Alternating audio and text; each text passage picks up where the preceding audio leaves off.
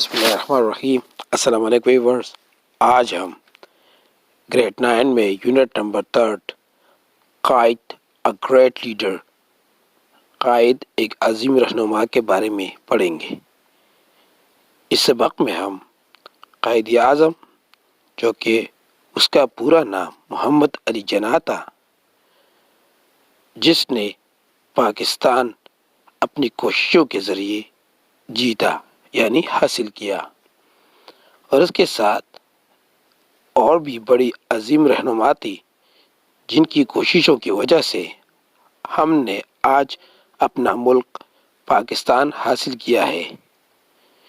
قائد ایک عظیم لیڈر تھا جو پاکستان کا پہلا گورنر جنرل اور بانی پاکستان بھی تھا۔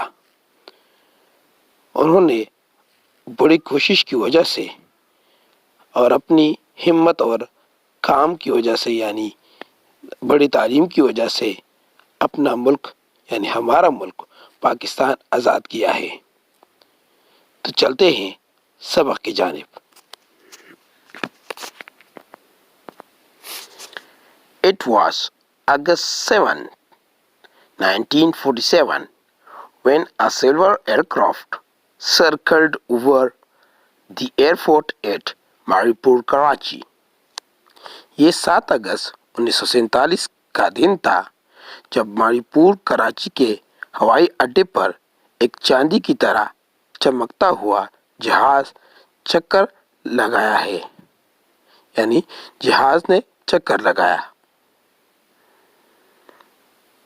It was watched by a vast excited crowd while smoothly landing. اس کو ایک بڑی پرجوش ہجوم نے آرام سے اترتے ہوئے دیکھا۔ First to step out of the airplane was a tall, dignified man wearing a pure white sherwani. سب سے پہلے جہاز سے نکلنے والا سفید شیروانی پہنتے ہوئے ایک دراز قد اور باوقار آدمی تھا۔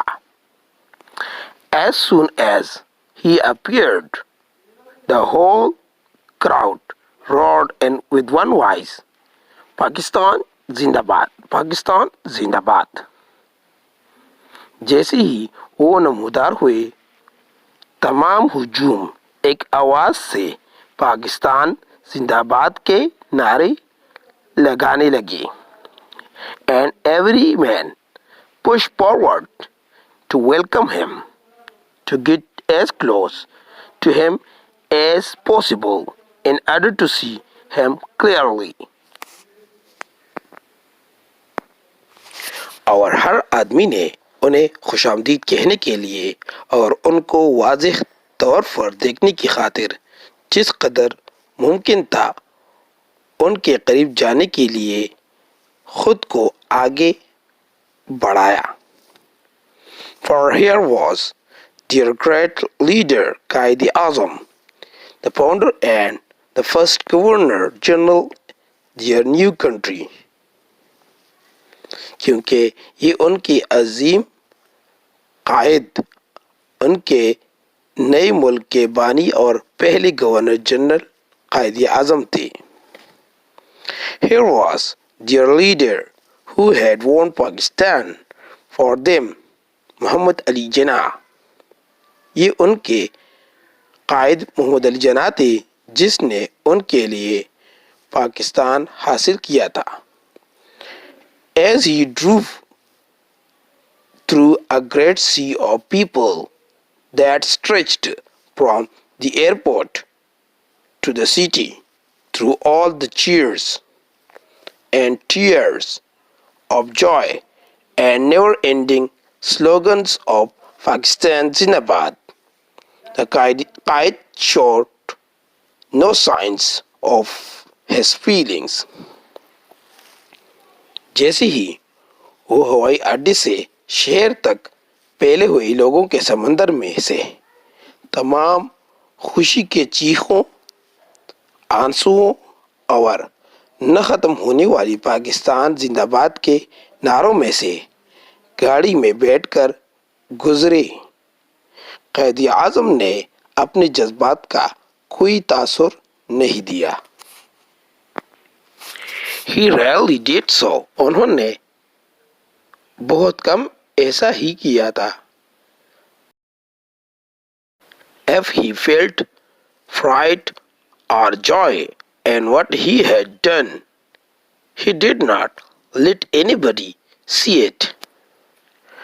کارناموں پر جو کر چکے تھے کبھی خوشی یا فخر محسوس کرتے تو انہوں نے کبھی کسی پر ظاہر نہیں ہونے دیا۔ Through all the excitement of those first days in the life of the young nation, the man who has made it possible remained calm, serious, and sober. اس نوزائیدہ قوم یعنی اس نئی قوم کی زندگی کے ابتدائی ایام یعنی ابتدائی دنوں کی خوشیوں کے دوران وہ شخص جو یہ ممکن بنا چکا تھا خاموش، سنجیدہ اور پرسکون رہا۔ Perhaps he was thinking of the millions of people who had become homeless when India and Pakistan became separate countries. شاید وہ ان لاکھوں لوگوں کے متعلق سوچ رہے تھے جو پاکستان اور ہندوستان کے علیحدہ ممالک بن جانے سے بے گھر ہو گئے تھے۔ Perhaps he was thinking of the thousands who were being attacked and killed on the roads and railways as they tried to reach their homeland. شاید وہ ان ہزار لوگوں کا سوچ رہے تھے جن پر شاہراہوں اور ریل کی پٹریوں پر حملے کر کے قتل کیا جا رہا تھا جب انہوں نے اپنے وطن پہنچنے کی کوشش کی۔ There was much in those days of violence to sadden Jinnah, who was a man of very strong feelings, although he rarely showed it. اس عرصہ میں جناح کو افسردہ کرنے کے لیے جو مضبوط جذبات کے مالک تھے بہت جبر و تشدد تھا، اگرچہ انہوں نے بہت کم اس کا تاثر دیا تھا۔ Yet those who were close to him on Independence Day sometimes saw for a few moments a happier man. پھر بھی جو لوگ آزادی کے دن ان کے قریب تھے انہوں نے بعض اوقات چند لمحوں کے لیے اسے ایک خوشحال تر آدمی پایا۔ Once he went to the balcony of the government house from where he could see without being seen, and as he looked on the crowd still cheering in the street outside, he smiled. ایک دفعہ وہ سرکاری رہائش گاہ کی balcony میں گئے جہاں وہ خود نظر نہ آتے ہوئے دیکھ سکتے تھے، اور جیسے ہی انہوں نے ابھی تک باہر گلی میں نعرے لگاتے ہوئے ہجوم کو دیکھا تو مسکرا دیے۔ In that smile could be seen the warm-hearted man behind the stern Quaid Azam. اس مسکراہٹ میں سخت دل قائد اعظم کے پیچھے ایک گرم جوش آدمی دیکھا جا سکتا تھا۔ محمد Ali Jinnah was at this time tired and far from well, but he had the satisfaction of knowing that the greatest part of his work was done. Quaid Azam اس وقت تکے ہوئے اور بیمار تھے، لیکن انہیں یہ جان کر اطمینان تھا کہ ان کے کام کا زیادہ تر حصہ مکمل کر لیا گیا تھا. By the force of his determination and leadership, a people who had once been a small defeated group with little to hope for in an empire ruled by a foreign power had become the greatest of the Muslim states and fifth largest nation in the world. ان کے پختہ عزم اور قیادت کی قوت کی وجہ سے ایک قوم جو کبھی ایک چھوٹی شکست خوردہ جماعت تھی، ایک بہت کم امید کے سہارے عظیم ترین مسلمان ریاست اور دنیا میں 5ویں عظیم ترین قوم بن چکی تھی. 70 million peoples who once had no country to call their own had become a nation with great ideals of and a great faith. 7 crore لوگ جن کا کوئی اپنا ملک نہیں تھا، وہ عظیم نظریات اور قومی مضبوط ایمان کے ساتھ ایک قوم بن گئی تھی. A few days after he landed in Karachi, Muhammad Ali Jinnah told his people,